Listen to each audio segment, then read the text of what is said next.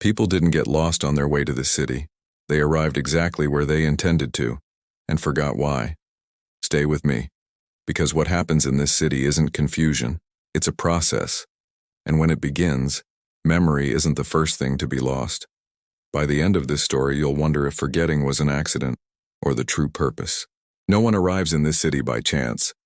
Everyone enters with a clear reason, a defined destination, a decision already made before the road ends. Some came to visit someone, others sought work, rest, answers. The strange thing is that, upon crossing the last block, something subtle begins to fail. There is no pain, no immediate confusion, just a slight, almost imperceptible emptiness. People stop, look around, and feel that something important has escaped, like a name on the tip of their tongue. The city seems too normal to raise suspicions. Clean streets, occupied houses, kind residents. But no sign explains why anyone is there. There are no advertisements, no useful maps, no recent memories of the journey. Yet everyone remains. Not because they chose to stay, but because they have completely forgotten the reason for leaving. And that is how this city begins to function, not by trapping bodies, but by erasing intentions. At first, no one perceives the danger in this. The absence of purpose sounds like rest. No urgency, no recent past, no expectation of what comes next. Only the present repeats itself, calm and silent, while the city watches. Something here awaits the end of memory. Before anything changed, the city existed like any other on the map.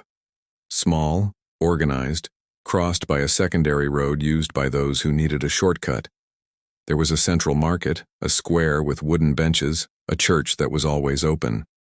Residents remember a time when visitors arrived in a hurry asking for directions, checking their watches, carrying visible objectives on their faces. People knew why they were there. Conversations revolved around departures, schedules, future plans. Nothing seemed out of place. The city didn't attract attention or curiosity. It was just a point of passage, never a final destination. Old records show constant movement, but no one stayed longer than necessary. There were no strange stories, no disappearances, no excessive silence. Everything worked as expected, and perhaps that's why no one noticed when the first forgetfulness occurred.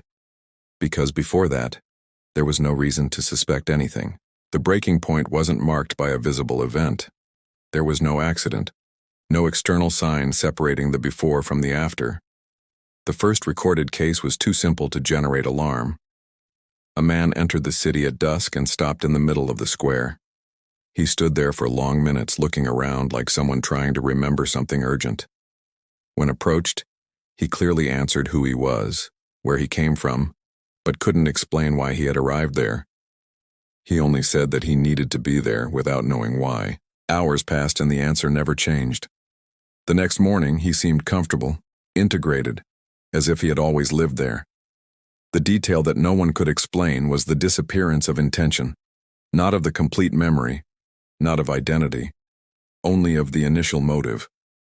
It was at that moment that the city ceased to be a place of passage and became something different, not a destination, but a permanent interval between a forgotten decision and another that never arrives. In the first few hours after arrival, nothing seems wrong. People walk, talk, ask simple questions. Only later do they notice small delays, an interrupted sentence, an appointment that doesn't come to mind. By the end of the first day, the discomfort grows. Visitors leave their bags unpacked, don't call family, postpone decisions. On the second day, the absence of a reason becomes a habit. They wake up without haste, accept offered tasks, occupy empty spaces. No one tries to leave, not out of fear, but for lack of a clear reason. The city facilitates this. Routines emerge quickly. Forgetting doesn't hurt. It settles in. On an individual level, the effect doesn't erase who people are, but it weakens who they were trying to be. Professions, relationships, and histories remain intact, but without direction. Someone remembers being a father, but not why they came to visit their child. Another person recalls their job, but forgets the scheduled interview. The mind fills the void with small routines, creating comfort where there should be urgency. As the days go by, choices diminish. Without a reason to decide, people accept what comes along. The fear doesn't come from forgetting, but from adapting. When someone tries to remember, they feel tired, as if the effort were useless. Identity remains stable, but purpose dissolves. And it is in this inner silence that the city begins to mold each person. Everything continues without will, moved only by inertia. Over time, the community reorganizes itself around this collective absence. No one comments on the forgetting, as if it were impolite to point out something so intimate. Implicit rules emerge. Questions about the recent past are avoided. Longtime residents welcome newcomers without curiosity, offering simple work, empty rooms, and established routines. The city begins to function without external objectives. There are no events, no farewells, no long-term plans. Everything repeats itself in a stable way. The stranger ceases to be a stranger when everyone shares the same emptiness. Normality is built upon the silent loss of intention. Outside the city limits, the effect manifests as administrative failure. Input reports don't match outputs. Maps retain the place's name, but don't indicate its function. Regional authorities register technical visits that never yield results. People sent to investigate lose sight of their objective upon arrival and request transfers to other areas. Nearby tribes, municipalities, and agencies learn to circumvent the point, diverting routes without explaining why. The city remains officially active but without a defined role. It exists within the system, but without a recognizable purpose, like an error accepted by the larger structure. Over time, institutional silence becomes protocol, and no one questions the cost of maintaining a place that produces neither measurable decisions nor consequences. Without clear records. Stay with me. What comes next will change everything in this place. Years later, the city ceases to be remembered as a problem and comes to be seen as a stable fact of history. It doesn't grow. It doesn't collapse. It doesn't evolve. It simply continues. Historical records show generations born there never knowing why their parents arrived. There are no major milestones, no decisive events. Time passes without producing a narrative. Historians note something unusual. While wars, crises, and changes shape surrounding regions, the city remains the same, as if it were outside the normal flow of history. The initial forgetfulness transforms into tradition. Not remembering becomes part of the collective identity. And the more the world changes, the more this place stands out for its total absence of transformation, as if it had been removed from the future. In the realm of faith, the city's effect raises an uncomfortable question. If purpose is an essential part of creation, what happens when it is taken away without violence? Churches remain open, prayers are offered, but the requests change. No one asks for direction, only tranquility. The idea of calling loses its power.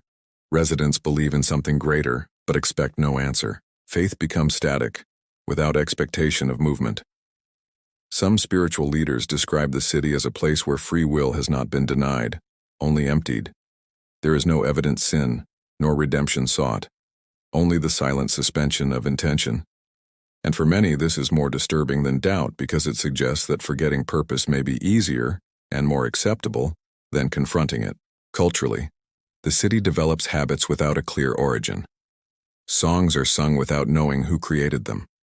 Tools exist, but they are not improved. The technology, wherever it has reached, remains there, without advancement. There is no innovation, because there is no objective that demands improvement. People use enough. Communicators work, but are rarely used to call someone from outside. The culture becomes comfortable repetition, not creation. Without intention, progress doesn't fail. It simply doesn't begin. The camera silently pans across the city. Open windows with no one looking out. Clocks ticking, all showing the correct time but without any importance whatsoever. People walking slowly, crossing the square at the same times every day. A car parked for years, still clean. Suitcases stored in lockers that are never opened. Signs pointing to exits that no one follows. At night, lights turn on simultaneously, as if obeying an ancient habit. There is no hurry, No expectation, only repetition. The city breathes in predictable cycles, while the surrounding road remains empty, avoiding the place without knowing why. Everything seems too normal to be questioned, and that is precisely what makes each image unsettling. In the end, the city doesn't teach how to forget, but how easy it is to accept emptiness when it doesn't hurt. The danger lies not in the loss of memory, but in the absence of questions. When no one remembers the reason, no one misses the answer. The city proves that purpose doesn't need to be forcibly extracted. It can simply disappear if it's not protected. And perhaps the most unsettling thing is realizing that, in silence, many would accept living like this. Before leaving this city, one last question remains. If forgetfulness was the effect, what was the place's real function? Are there other points on the map where intention also dissolves? In the next video, we head down a road that leads nowhere, and where those who try to return realize too late that the choice has already been made. Perhaps the next stop won't erase memories but decisions. Subscribe and continue, because the path ahead seems safe until the moment it ceases to be. Here it begins. Go. If this place made you uncomfortable, subscribe. The next story goes even deeper.